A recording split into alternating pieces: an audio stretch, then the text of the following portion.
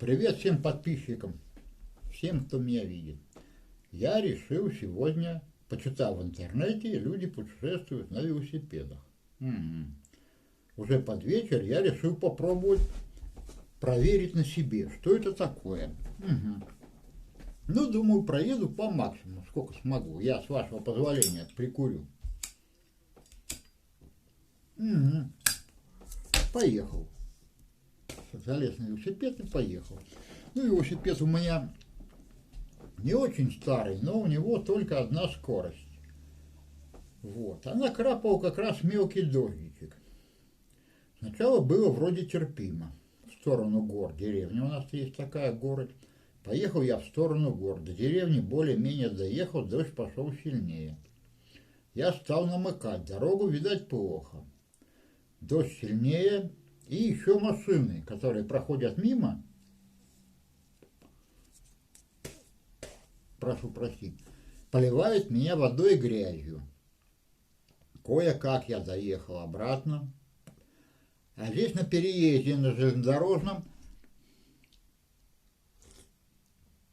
псина какая-то мне еще в сапог вцепилась. Совсем это неинтересно.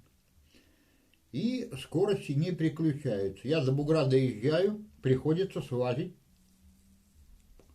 и вкатывать его.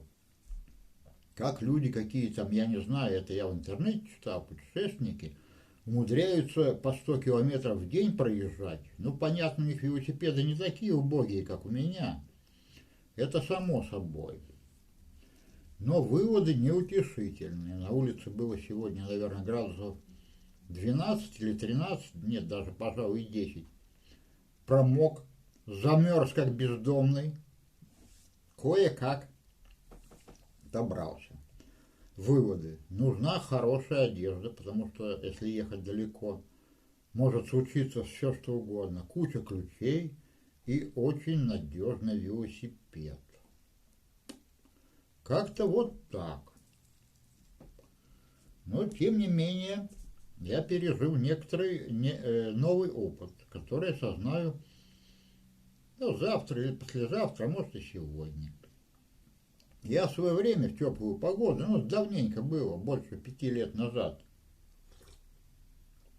перед чаем мне зеленый, ездил до Коломны обратно по 100 километров, но это было светло, и никакого дождика не было. А в дождь это совсем неинтересно.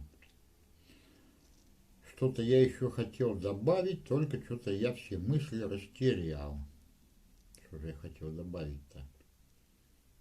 Не знаю. Ну ладно. Всем привет, кто меня видит.